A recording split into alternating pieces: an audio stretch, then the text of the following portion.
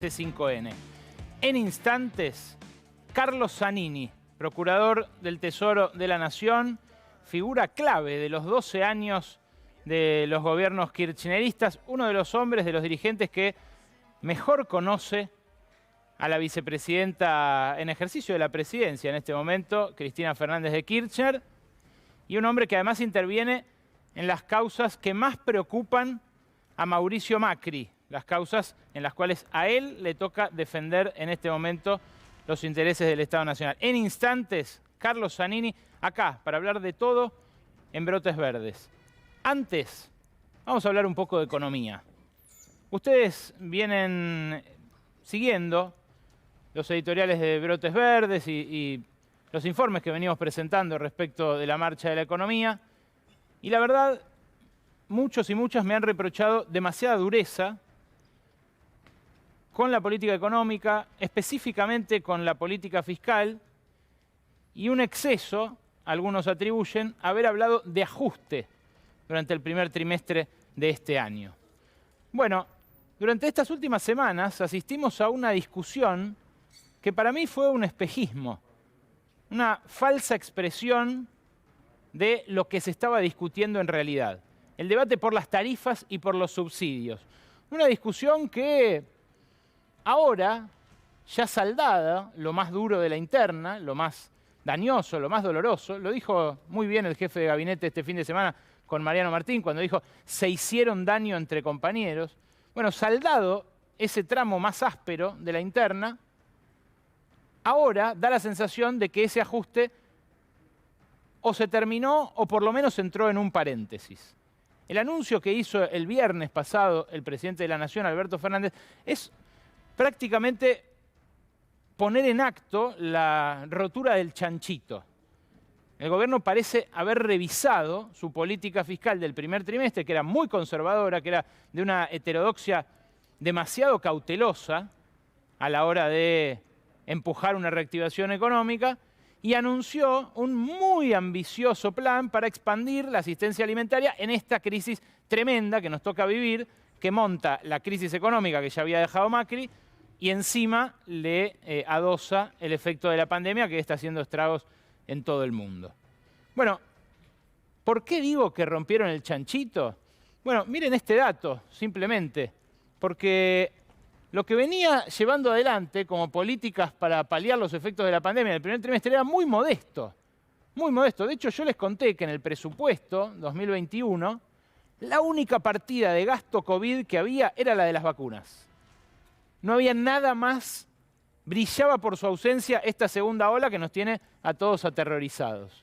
Bueno, muy tímidamente, durante el mes de marzo, se fue aplicando la ampliación de la asignación por hijo, se fue buscando desde el ANSES a los beneficiarios que faltaba cubrir con la asignación por hijo. Esto implica una erogación de 24.000 millones adicionales en todo el año, ¿no? Estos son todos montos anualizados. El Repro 2, que figuraba apenas con 1.000 y pico de millones en el presupuesto, se aumentó a 21.000 millones para darle asistencia a las empresas que ahora tienen que cerrar, que son objeto de las restricciones por el coronavirus. La versión nueva del ATP, del programa para afrontar los pagos de los sueldos de las empresas que se ven obligadas a cerrar, también incluye una partida modesta pero significativa de más de 10.000 millones de pesos. El bono de abril, que fue el inicio del descongelamiento del gasto, cuando el presidente dispuso el primer DNU y para 1 millón de personas aquí en el área metropolitana de Buenos Aires, una erogación de 15.000 pesos para compensarle justamente el no poder hacer changas, el no poder seguir trabajando informalmente.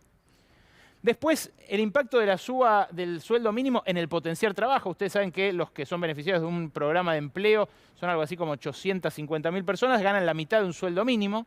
Cuando sube el sueldo mínimo, que subió muy modestamente y en 7 cuotas, bueno, por lo menos se ajustó un cachitito para arriba en esos 21.000 millones el monto para los programas. Ahora, el anuncio del viernes, fíjense ustedes, no solo supera en mucho a todos los demás juntos, sino que lo multiplica varias veces.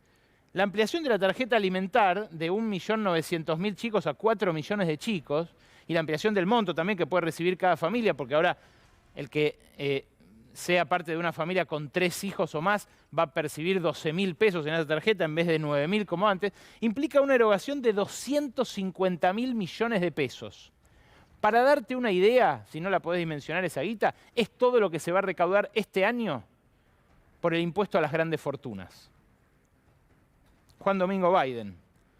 Es trasladar un impuesto que afecta al 0,2% más rico de la población, los 13.000 del vértice, y dárselo a los 6 millones de chicos que pasan hambre o están al borde de pasar hambre. Es muy interesante esto porque en Colombia, donde vimos un estallido popular con una represión fulgurante por parte del gobierno de derecha de Iván Duque, lo que apareció fue un programa de ajuste con segmentación de tarifas, o sea, algo que aplicaba un aumento de tarifas a las clases medias y altas, pero con ajuste también de los ingresos populares. Y en Colombia, a diferencia de lo que pasa acá en Argentina, la clase media está a un salario mínimo de distancia de la clase baja. Es en el camino que vamos, lamentablemente, si no revertimos esta tendencia. Pero allá está, bueno, algo más profundizada.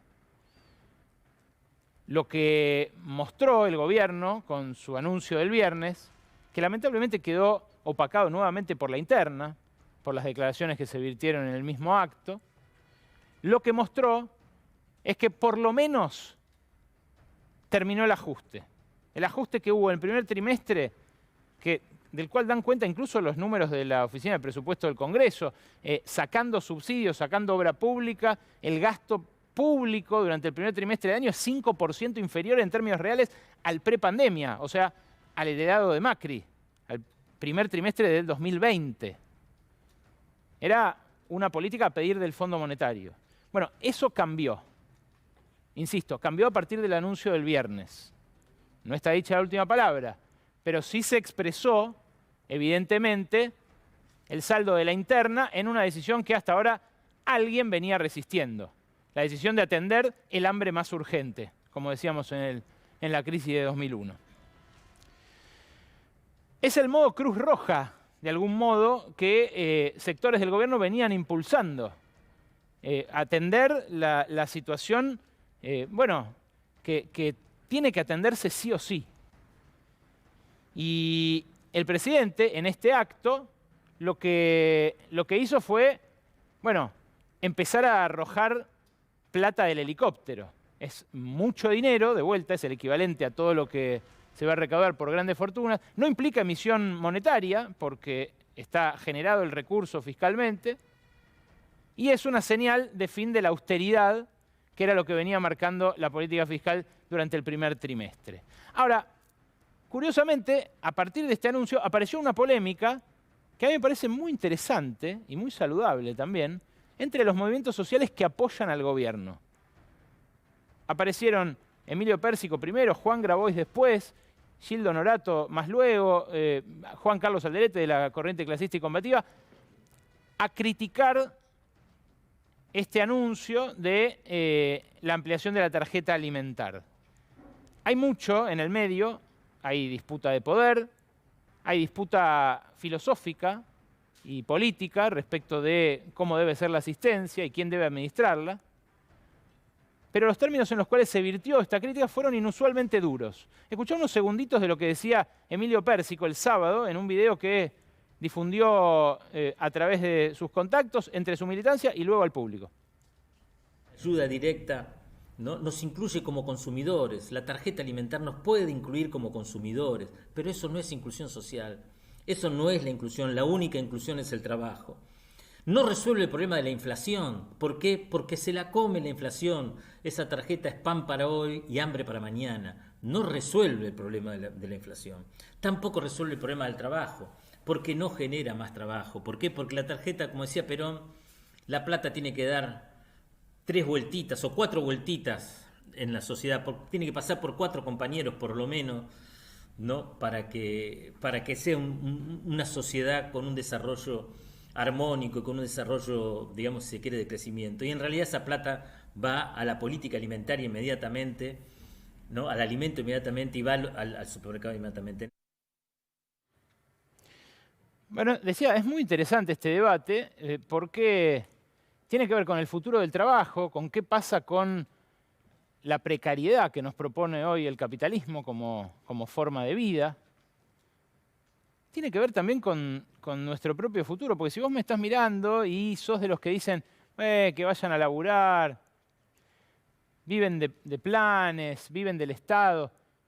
Bueno, los precarios de hoy son los que estaban protegidos ayer y el límite es cada vez más volátil, cada vez más endeble. Fíjate que el que maneja un Uber hoy o un sistema de estos paralelos, todavía de dudosa legalidad, muy probablemente fuera un taxista antes, que tenía su obra social, su protección social. El repartidor, que hoy está para una de las plataformas y que trabaja de estajo 12 horas porque si no, no gana, probablemente antes laburaba en negro en una pizzería y le pagaban un sueldito más las propinas.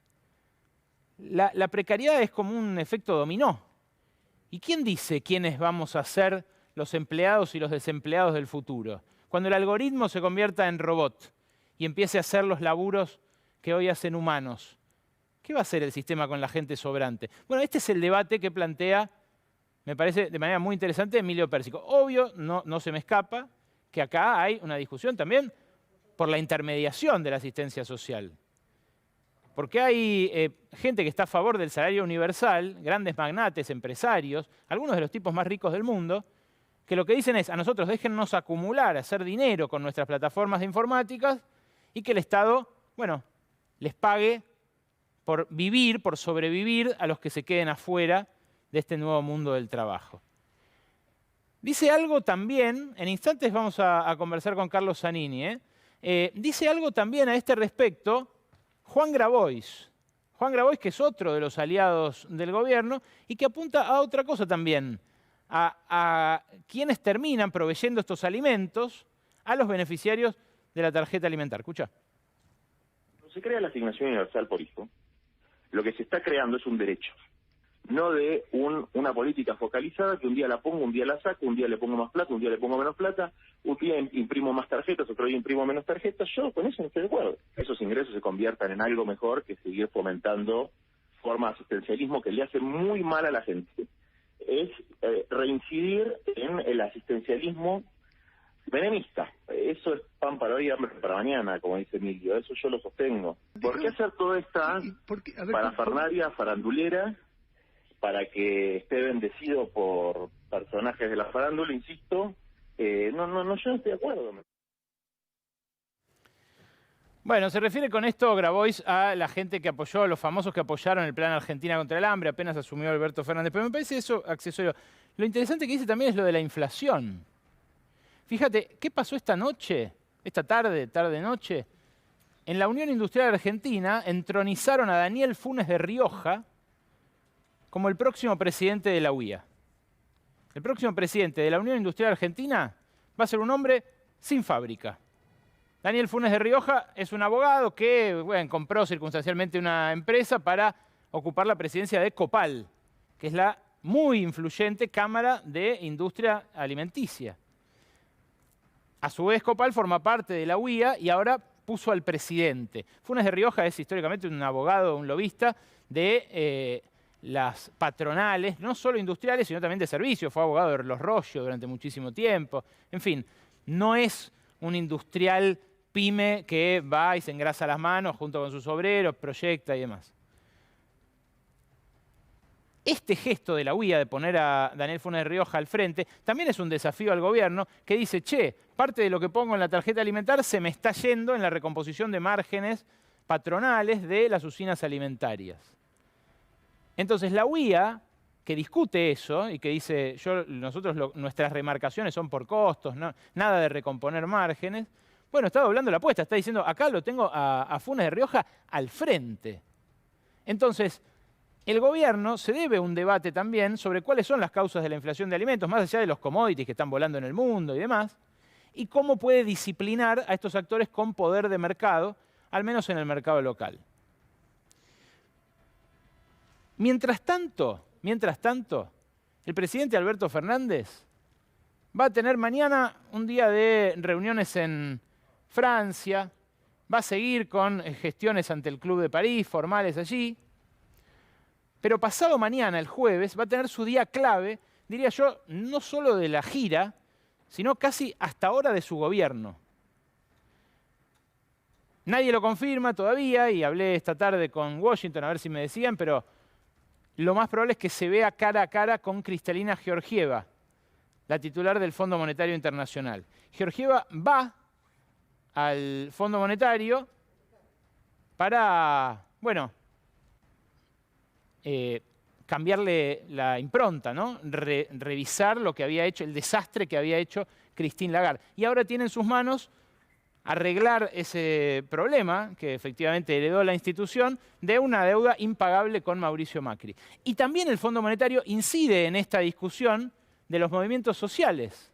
¿Por qué? Y bueno, porque los movimientos sociales dicen, yo quiero planes de trabajo en vez de alimentos, urgencia, pero a su vez, fíjate vos cómo está repartida la asistencia social. En esta segunda placa, más o menos te lo muestro muy brevemente. Tenés las jubilaciones y pensiones, que son el grueso del gasto, 9,3% del PBI, los derechos establecidos por ley, la asignación universal por hijo, la asignación por embarazo, las pensiones especiales, 3,4% del PBI, los planes que quiere aumentar Pérsico, los potenciar trabajo, que son 0,2% del PBI, fíjate, muchísimo menos. Lo que dice Pérsico es que hay que duplicarlos, llevarlos al 0,4 del PBI y que con eso podemos hacer 1 millón de casas de acá hasta el fin del mandato. Después tenés el Progresar, que es la ayuda para los pibes de menos de 20 y pico que terminen la escuela, que terminen sus estudios. Y la tarjeta alimentar, que antes insumía 0,3% del PBI y ahora va a insumir 1% del PBI. Un aumento realmente muy significativo. Bueno, todo esto el Fondo Monetario lo mira, obviamente. Hasta ahora la política era satisfacer preventivamente las ansias que siempre tiene de ajuste el Fondo Monetario. ¿Qué es lo que se va a discutir el jueves? Una salida política. Una salida distinta, que no implique las technicalities, las condiciones que suele imponer el Fondo Monetario, que ahora con Georgieva también le está imponiendo a los países a los que le refinancian deudas. ¿Cuál es la apuesta del presidente Alberto Fernández? El Papa Francisco. El jueves se va a ver con el Papa Francisco y el Papa Francisco tejió una relación realmente inédita entre un presidente de Estados Unidos y un jefe del Vaticano con Joe Biden, con el nuevo presidente de Estados Unidos. Fíjate vos estas fotos. Esta foto es de 2015, de cuando fue el Papa a Washington. Habló desde el balcón del Capitolio y estaba allí atrás Joe Biden como vicepresidente de Barack Obama presentándolo. Después salieron al balcón también juntos. Me dijeron, personas que lo conocen muy bien al Papa, que Biden estuvo muy impactado en aquel momento por hablarle al Papa de su hijo fallecido. Biden tiene un hijo muerto. Es muy católico Biden, igual que su canciller John Kerry, igual que Kristalina Georgieva también, que es húngara, pero que profesa esa fe. Y el Papa, muy en secreto, muy sottovoce, viene hablando con Biden de varias cosas, entre ellas de la Argentina y el Fondo Monetario. Yo no sé si habrá acuerdo o no pasado mañana, todo el mundo lo mantiene bajo 7 llaves, pero que Kristalina Georgieva decida hacer un viaje en este momento en el que los viajes son realmente infrecuentes, es toda una señal. Es toda una señal. Uno en Roma me dijo, Kristalina sabe por qué viene. Veremos si esto implica una refinanciación para la Argentina sin el habitual vía crucis que impone un acuerdo con el Fondo Monetario. Esto no creo, de vuelta, que sea solo para la foto. Fotos hay varias, porque acá lo tenemos a Biden cuando fue al año siguiente de la anterior foto al Vaticano a verlo. Fíjense la cara, evidentemente conmovido. Y después está la otra foto del Papa con Kristalina Georgieva y con Martín Guzmán a principios del año pasado. Esta es la foto que pasado mañana quizás veamos de vuelta y que quizás sea la foto de un acuerdo. El acuerdo el gobierno lo necesita como el agua, porque a fin de este mes vencen 2.400 millones de dólares con el Club de París. Si los pagamos después de fin de mes son 400 millones más. Es una complicación y el Club de París viene exigiendo alguna señal del Fondo Monetario para por lo menos patear ese vencimiento para adelante. Sus reglas no son tan estrictas, así que quizás el jueves tengamos alguna noticia de estas. Hoy tuvimos una buena noticia vinculada a las vacunas, de eso nos va a hablar Daniel Ajian, también